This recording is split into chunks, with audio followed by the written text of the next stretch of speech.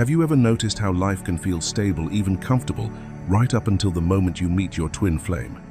And then, suddenly, everything starts shifting in ways you cannot explain. It can feel like the universe flips a switch. Money becomes unpredictable. Your sense of safety weakens. Plans fall apart. Support systems change. And the normal life you once relied on feels like it dissolves right in front of you. And the most confusing part is this. It is not just emotional chaos. It is real-life consequences. You may feel like you lost abundance the moment this connection activated, like you stepped into reunion or even full 3D union, and instead of blessings multiplying, everything got harder. You might be thinking, why does meeting my twin flame feel like the beginning of financial struggle? Why does the comfort disappear right when love becomes real? Why does it feel like I cannot climb out of this fog no matter what I do? And if you are in the deepest part of it right now, if you feel exhausted, angry, confused, or mentally overwhelmed, I want to say this gently. This message may feel confronting at first, because it will reveal truths that can feel infuriating before they feel freeing. In today's video, we are going to explore something that so many people whisper about, but few are brave enough to fully explain. Why abundance seems to vanish after meeting your twin flame. And I'm not speaking from theory. I have experienced this exact pattern myself. And even my twin was excited for this topic to finally be brought into the light. We will break down why this loss can show up as financial pressure, a sudden lack of stability, everyday struggle, emotional heaviness, or the feeling that you have been dropped into murky waters with no map back out. And we are also going to make something crystal clear. This does not apply to everyone. So if it does not resonate, do not force it into your story. Because the truth is, these kinds of losses can also happen during deep ego degradation for reasons that have nothing to do with the twin flame. But when it does happen in the twin flame journey, it often carries a spiritual meaning that most people misunderstand. This video will help you understand what is really happening beneath the surface. So you stop blaming yourself, stop calling it punishment, and stop thinking you are broken. By the end of this video, something in you will shift, because you will no longer see this experience as random suffering. You will start recognizing it as a process, a pattern, a spiritual mechanism, a real energetic restructuring of your life. This is the moment where many people spiral. They assume meeting their twin flame was a mistake. They regret opening the door. They panic because comfort disappears, and they start trying to fix everything from fear. But once you understand why it happens, you stop drowning in confusion, and you start moving with clarity. You will be able to look at your reality and say, this is not the end of my abundance. This is the beginning of my recalibration. And if you stay with me through the entire video, you are going to walk away with a deeper understanding of your own timeline and a new way of seeing what you are moving through right now. So take a breath, stay open, and let's go into the truth behind why abundance can disappear after meeting your twin flame and what it is really trying to awaken inside you. Section 1. It all depends on your value system. Everything in this journey depends on your value system, and I want to say that with complete compassion and absolutely no judgment. Because your values are not good or bad, they are simply the internal compass you've been living by. They are the invisible set of priorities that guide your choices, shape your identity, and determine what you believe you must protect in order to feel safe, worthy, and in control. So if you are someone whose main value system is built around money, status, power, security, titles, reputation, or getting ahead, there is a very real chance that you will feel those things begin to crumble the moment you interact with your twin flame. And again, this isn't punishment. This isn't the universe trying to humble you, and it definitely isn't proof that you're doing something wrong. It's simply what happens when your soul comes into contact with a connection that does not operate through the same rules your ego has been using to survive. Because let's be honest, there are many reasons people value those things. Sometimes you grew up without stability, and success became the only way to guarantee you'd never feel powerless again. Sometimes you learned that being respected meant being accomplished. Sometimes you were taught that love is earned through performance, titles, or proving your worth. And society loves to assign harsh labels to these desires, as if wanting security or recognition automatically makes you shallow. But it doesn't. It makes you human. It makes you someone who has tried to build a life that feels safe in a world that often feels uncertain. But here is the deeper truth most people don't see until they're forced to face it. Your higher self doesn't measure your value in the same way your ego does. The ego values what can be gained, shown, protected, or controlled. It wants certainty. It wants results. It wants proof. It wants to win. But your higher self values what is real, what is aligned, what is eternal. It values authenticity over appearance, purpose over praise, wholeness over validation, and truth over achievement. And when the twin flame appears, this becomes impossible to ignore. This connection has a way of exposing the foundation you've been building on. It doesn't just touch your heart, it touches your identity. It challenges the part of you that has been relying on external markers to feel enough. And if your sense of self has been anchored in what you have, what you've built, or how you're perceived, the twin flame energy can feel like an earthquake. Suddenly, what used to motivate you doesn't hit the same. What used to excite you feels empty. What used to define you begins to dissolve. Often, the soul sees those ego-based priorities as misaligned, not because you're wrong for having them, but because they cannot hold the weight of your awakening. They cannot carry you into the next version of your life. And this is why, so often, meeting the twin flame triggers what feels like a severe ego degradation. Your old identity starts to crack. Your attachment to control weakens. Your need to prove yourself gets tested. And the things you once relied on for stability may begin to slip through your fingers, not to break you, but to reroute you. Because what is truly happening is a value shift. The twin flame doesn't just bring love. The twin flame brings recalibration. And the moment your soul realizes that you can't take status into the afterlife, you can't use titles to heal your wounds, and you can't buy your way into inner peace, something inside you begins to change. You start craving a different kind of security, a deeper kind of power, a truer kind of success. Not the success that impresses people, but the success that frees you. And that's when you start understanding the real purpose behind losing what the ego values. It's not loss, it's refinement. It's the shedding of priorities that were built for survival, so your soul can finally build a life based on alignment. Write a transition paragraph for this before move to the next. Encourage viewers to reflect, leave a comment sharing their thoughts, or simply type a specific sentence. Before we move into the next section, I want you to pause for a moment and reflect, because this part can be deeply revealing if you're willing to look at it honestly. Ask yourself, what have I been using to measure my worth? Is it success, recognition, stability, control, or the approval of others? And if those things began shifting after meeting your twin flame, what if it wasn't a punishment, but a spiritual recalibration guiding you back to what truly matters? If this resonates with you, I'd love to hear your experience. Leave a comment and share what has changed in your value system since this journey began. And if you're not ready to explain it yet, simply type this affirmation below to anchor your soul in truth. I choose alignment over illusion. Section 2. Why the ego keeps pulling you back into old priorities. Even if you reach a beautiful level of inner union where you finally feel steady, grounded, and connected to your higher self, your ego may still try to pull you backward over time. Because for most of us, the ego has been trained for years, even decades, to chase the same familiar markers of success and safety: status, money, titles, recognition, control, and security. And if that programming is deeply ingrained, it's natural that the ego will point your attention back in that direction again. That doesn't make you weak. That doesn't mean you failed. It simply means your nervous system is still learning a new definition of safety. And this is where so many people misunderstand the real issue. The problem is not desire. The problem is attachment. Desire can be clean. Desire can be inspired.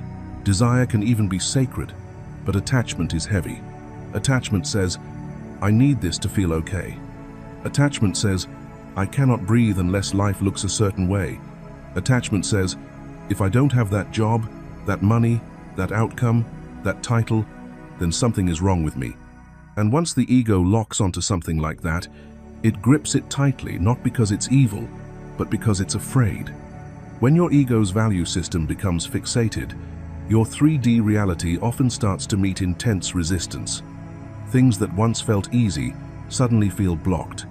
You may not be able to get the job no matter how qualified you are. You may get fired out of nowhere. You may lose money through bad deals, unexpected expenses, or situations that seem completely unfair. Your car could get stolen. Your health might suddenly demand your attention. And life can begin to feel heavy, confusing, and strangely unstable, as if the ground beneath you keeps shifting every time you try to build on the same old foundation. But hear this clearly. Your twin is not punishing you. Your twin is exposing something. The twin connection doesn't come to destroy you. It comes to reveal you. It comes to show you that you are not just a person trying to survive in a chaotic world. You are the universe expressed in physical form. You are consciousness incarnated. You are energy moving through matter. And when you start waking up to that truth, the ego becomes uncomfortable, because the ego prefers a smaller reality, a controllable reality, a reality where you earn, perform, achieve, and then get rewarded. And this is where the ego often carries a subtle entitlement that most people don't want to admit. It begins to believe, because I awakened, I should now be protected from struggle. Because I met my twin and healed my wounds, I should now receive endless abundance. Because I'm doing the work, life should finally cooperate with my plans. So the ego tries to turn spirituality into a vending machine. It thinks it can insert healing, insert affirmations, insert manifestation routines, then receive piles of money and a perfect life on demand. And when reality doesn't follow that script, the ego panics. It feels betrayed. It feels confused. It starts asking, why isn't it working? Why is everything falling apart? But what's really happening is deeper than success or failure. Life is pressing on the attachment. Life is challenging the identity built around old priorities. Life is showing you where you are still trying to make the external world your source. Because the real invitation of the twin flame path is not to get everything. It's to become so internally aligned that nothing outside of you controls you anymore. And yes, your ego will pull you back sometimes. It will try to bargain with the universe. It will try to chase familiar outcomes. It will try to measure your worth through numbers, titles, and proof. But each time it does, this journey will lovingly confront that pattern, not with punishment, but with precision, to remind you of what is true. You are not here to worship the old priorities. You are here to outgrow them. And when you finally loosen your grip, you don't lose abundance. You lose the illusion that abundance was ever outside of you. Section 3. You already have what you need, and the ego hates that. Here is one of the most confronting truths on the twin flame path, and it is also one of the most liberating. You already have what you need. Not later. Not after the reunion. Not after the money comes back. Not after the apology. Not after the perfect relationship, the perfect career, or the perfect timeline finally appears. Right now within you, you already have everything required to live the rest of this incarnation in a state of peace, presence, and deep inner beauty. And the ego absolutely hates that. Because the ego was never designed to be satisfied. The ego was designed to survive. It was built to scan for what's missing, what's unsafe, what's uncertain, what could be taken away. It measures life through accumulation. More success, more validation, more proof, more control, more certainty. It believes that more is protection. It believes that more is worthiness.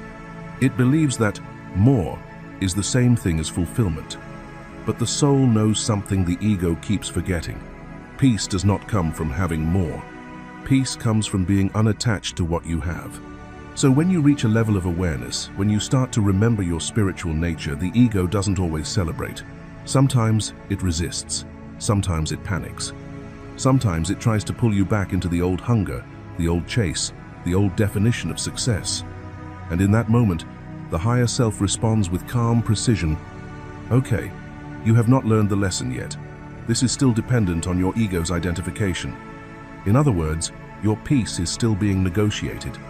Your joy is still conditional. Your safety still has a price tag. And the twin flame journey has a very specific way of exposing that. If your ego identifies with what it has in the 3D realm, money, status, career, relationships, reputation, security, control, then meeting your twin will shake that identification to its foundation. Because the twin is not just a person. The twin is a mirror, a frequency, a soul-level catalyst that activates truth. And truth does not negotiate with ego comfort. That is why so many people feel like everything changes after meeting their twin. Things that once mattered deeply suddenly feel hollow. Things you chased for years might lose their shine overnight. Certain friendships, ambitions, or goals might start falling away not because they were bad, but because they were built on an identity that can no longer hold who you are becoming. And this is the part most people don't realize. The twin flame journey is not here to decorate your ego. It is not here to give your ego a prettier life, a more impressive relationship, or a more glamorous story to tell. It is not here to make you look chosen, spiritual, special, or spiritually superior. It is here to restructure you, to rebuild your inner foundation, to dissolve false identity, to pull you out of attachment and into embodiment, to teach you how to exist from essence, not from image. Because the moment you can say, from the deepest part of your being, I am already enough, I am already supported, I am already safe within myself, is the moment the ego loses its grip. And that is not a loss. That is freedom. That is the awakening the twin flame journey is designed to activate. Imagine someone who has spent their entire life feeling safe only when their bank account is full, their career is praised, and their future looks predictable. Then they meet their twin flame and almost overnight, everything they used to rely on starts to wobble. A job opportunity falls through. A promotion they were counting on disappears. An unexpected bill drains their savings.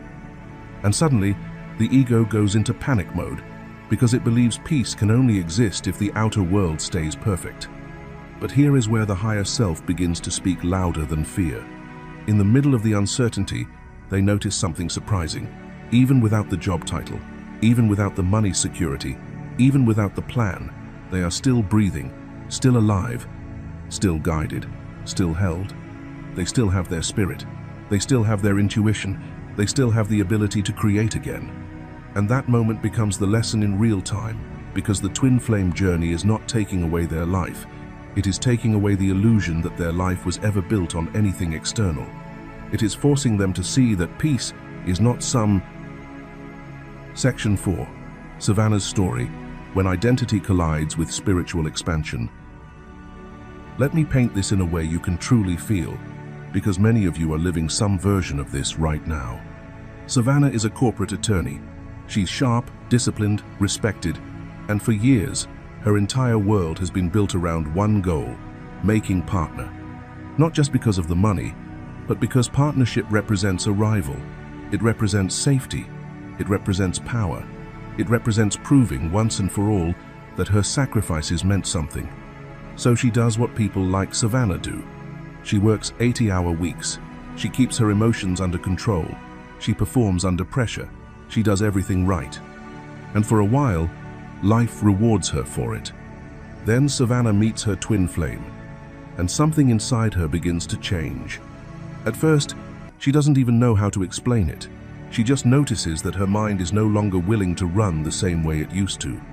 The obsessive focus starts to fade. The hunger to outwork everyone else starts to dissolve. The adrenaline of competition doesn't hit the same. She's still intelligent, still capable, but the inner fuel that kept her chasing begins to turn into something else. Her soul starts asking different questions. Why am I working this hard? What am I really trying to prove? Who am I when I'm not achieving? Is this life actually mine? Or is it the version of success I was trained to worship? And even though Savannah isn't working the way she used to, she still manages to make partner. From the outside, it looks like she won. People congratulate her. Her family is proud. Her colleagues nod with approval. The title is finally hers. The status is secured. Things are looking up. But twin flame journeys don't end at the moment you get what you wanted. Because the deeper the soul expands, the more the old identity begins to crack. Savannah continues healing. She's processing trauma. She's learning emotional regulation. She's finally calming the internal turbulence that this connection awakened inside her. She's becoming more spiritually aware, more grounded, more conscious. And just as she feels like she's finally stabilizing, her firm gets acquired by a larger firm. Then layoffs begin. 3 partners are let go. Savannah is one of them. And suddenly, none of it makes sense. She can't understand how this could happen when she worked so hard, when she earned her place, when she was doing everything right, when she was growing spiritually and learning her lessons, when she was healing and evolving and becoming better. So why would life take away the very thing she sacrificed so much to achieve? And now the fear deepens, because the new firm is talking about even more layoffs. The ground beneath her feels unstable. The future looks uncertain. Savannah isn't just afraid of losing income. She's terrified of losing identity. Because being a corporate attorney isn't only her career, it's her entire self-definition. It's what made her feel valuable. It's what gave her authority in rooms. It's what allowed her to feel secure in a world that never truly felt safe. If she loses that again, it feels like she loses herself. She would have to start over. She would have to rebuild her reputation. She would have to chase partnership again. She would have to watch people whisper. She would have to face the humiliation of no longer being the version of herself she once believed she had to be. And this is where Savannah's story becomes the story of so many twin flames. Because what's actually happening here is not punishment. It's misalignment. There is a collision between her 5D expansion and her 3D attachment. In the 5D, Savannah is expanding beyond the identity she built to survive. She is awakening into a new version of herself, one that doesn't need constant proving, constant grinding, constant validation, constant achievement, just to feel worthy. But in the 3D, she is still gripping the old title like it's life support. She is still identifying as partner, like it is her protection. She is still attaching to the outer structure that used to define her value. So her 5D growth is moving forward, but her 3D identity is holding on. And when that happens, life creates pressure, not to hurt you, but to free you. Because the higher self will never support an identity that is built on attachment, fear, and ego survival, no matter how impressive it looks on paper. The higher self gives you what you need, not what your ego demands. And sometimes, what you need is to be stripped of the title you thought you were, so you can finally meet the truth of who you actually are. Sometimes, the universe removes the partner so the soul can remember the person underneath it, the one who was always worthy before the success, before the status, before the hustle, before the identity. And that is the real beginning of Savannah's expansion. If you've made it this far, take a deep breath, because Savannah's story isn't just a story, it's a mirror. And maybe, in some way, you felt that same collision inside yourself, the part of you that's expanding spiritually, and the part of you that's still gripping the old identity for safety. So pause for a moment and reflect. What title, role, or external achievement have you been afraid to lose because it feels like it defines you? If this is landing in your heart, I want you to know you're not alone. Share your experience in the comments. Tell me what your Savannah moment has been, or what your soul is trying to outgrow right now. And if you don't have the words yet, simply type this affirmation below to anchor your energy. I release the identity that no longer fits my soul. Section 5. Acceptance is not stagnation.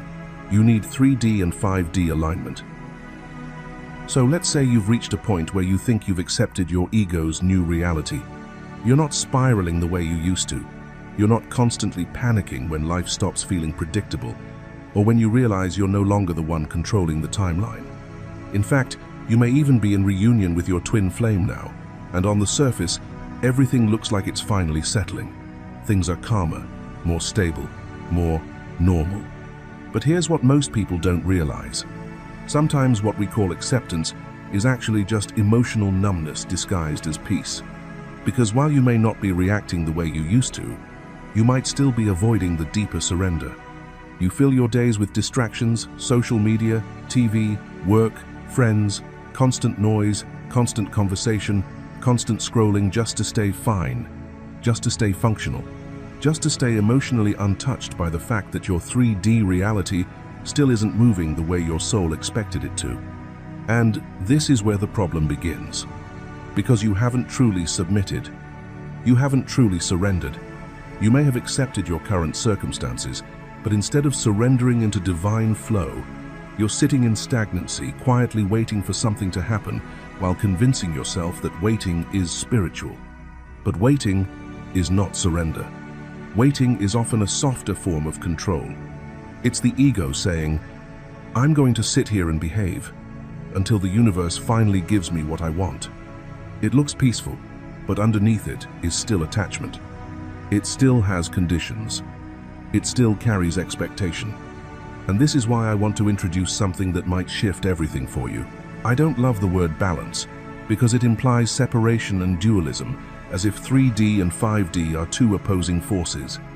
But for the sake of ego understanding, we'll use it here. You need 3D and 5D alignment. You need both worlds working together, not competing for your attention. Because we cannot live purely in the 5D plane while incarnated in a physical body. We still have human responsibilities. We still have bills, health, relationships, structure, schedules, and real-world movement. But here's the other truth. If you live only in the 3D, you risk ego degradation. You fall back into survival mode. You become identified with status, control, appearances, outcomes, timelines, and external proof. And eventually, life becomes heavy again, because the soul cannot breathe inside an identity that small. So think of your life like a balanced diet. Imagine your primary nourishment is plant-based foods. That's your 5D.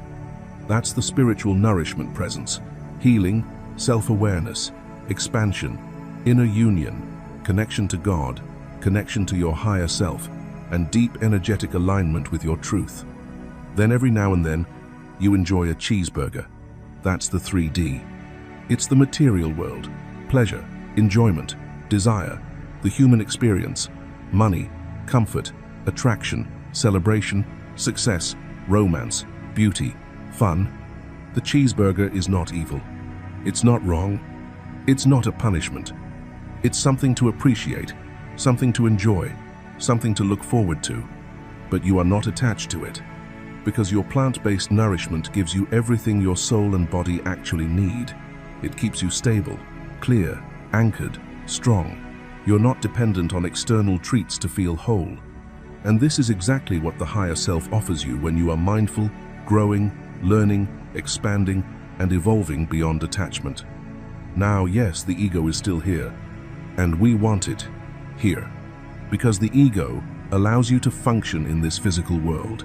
It gives you individuality, motivation, drive, direction, personality, taste, preference, desire. One of the ego's jobs is to want. But here is where people get trapped. The ego can desire something without you becoming enslaved to it. Desire is not the problem. Attachment is. Attachment is what creates suffering. Attachment is what creates panic. Attachment is what creates tantrums with the universe. And when you become attached, you don't just want the cheeseburger, you need it. You crave it. You obsess over it. You measure your worth by whether you can have it. And if you don't get it, you spiral.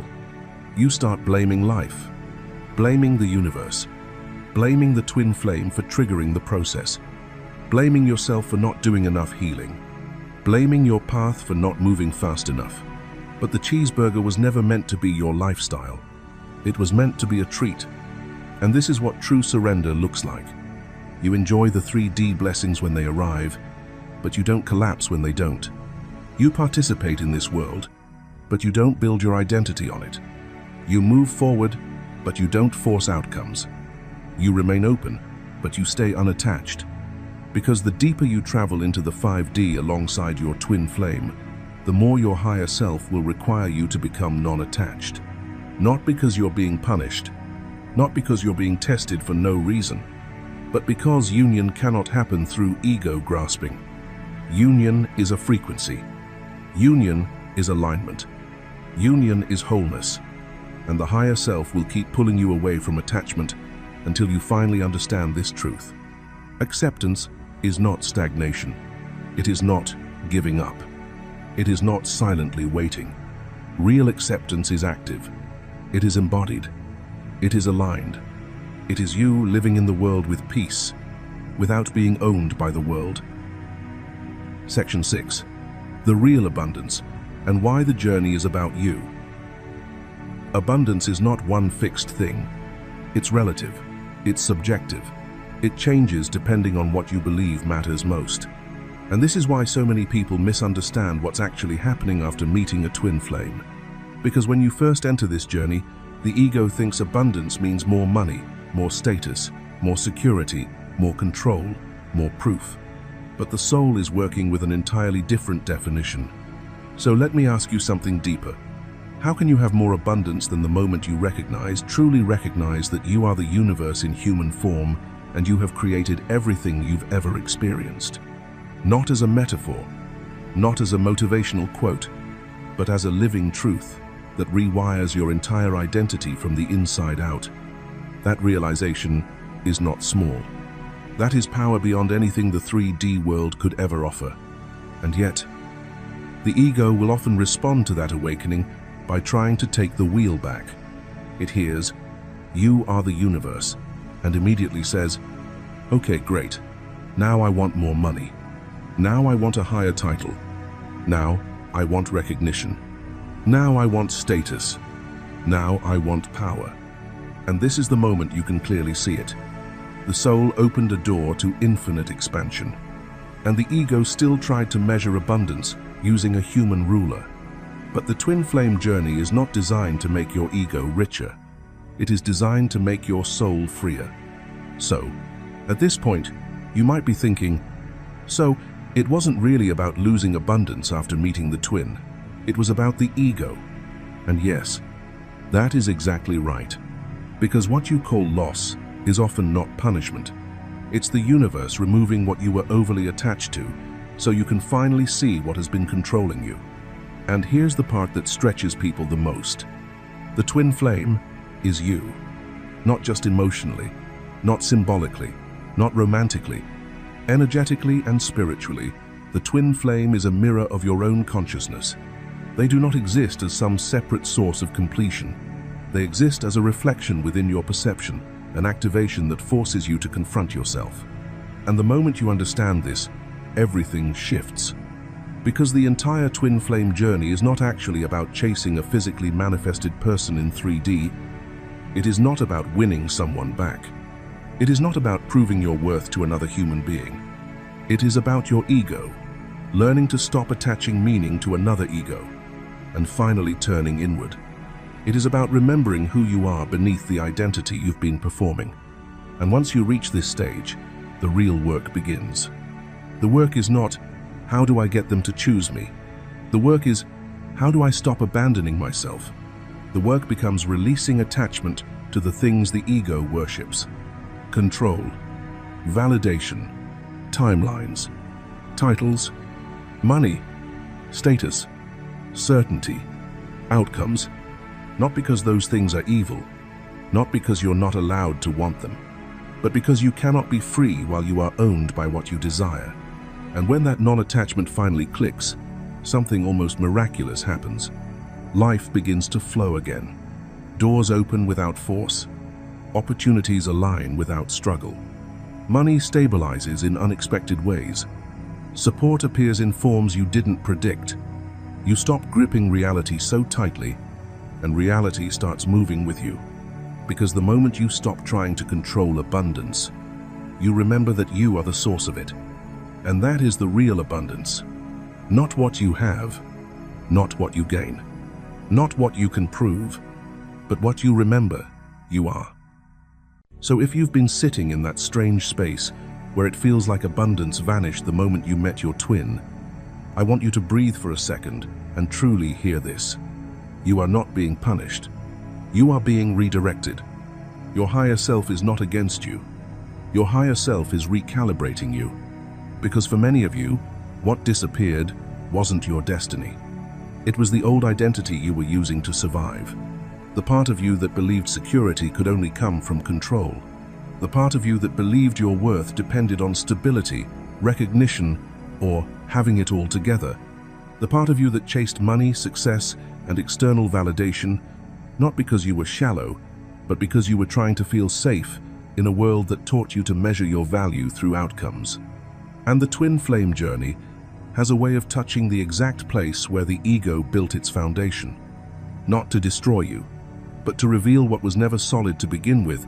Because the discomfort is not the enemy, the loss is not the lesson by itself. The lesson is what the loss exposes. It exposes what you were clinging to for identity. It exposes what you were worshipping for, meaning. It exposes what you believed you needed to be okay. And here's the truth most people don't understand until they live it. What the ego clings to, life will challenge. What the ego worships, life will destabilize. And what the soul outgrows, the universe will remove. Not to harm you, not to punish you, but to free you. Because your soul is not here to stay, attached to a version of life that only works when you're afraid. Your soul is here to expand, to rise, to return to what is real. And when you finally release attachment, something powerful happens. Life starts moving again. Not because you forced it, not because you chased it, not because you proved yourself worthy, but because you stopped gripping the timeline with fear. You stopped negotiating with the universe. You stopped trying to control the outcome just to feel safe. And you returned to trust. You returned to truth. And in that truth, abundance begins to shift its form. It stops being something you chase desperately and becomes something that arrives naturally, calmly, steadily, in ways you never could have planned with the logical mind. Because real abundance is not just money. It is alignment. It is peace. It is self-respect. It is inner safety. It is divine timing that does not require you to suffer to be chosen. And when you finally stop begging life to stay the same, life begins to meet you where you truly are becoming. So if this message reached you at the exact moment you've been questioning everything, if you've been wondering why your world had to fall apart, right when love entered your life, just know this. Your life is not ending. It is upgrading. And the version of you that comes out on the other side doesn't chase abundance. They attract it because they no longer need it to validate their existence. Now, before you go, I want you to anchor this in your energy.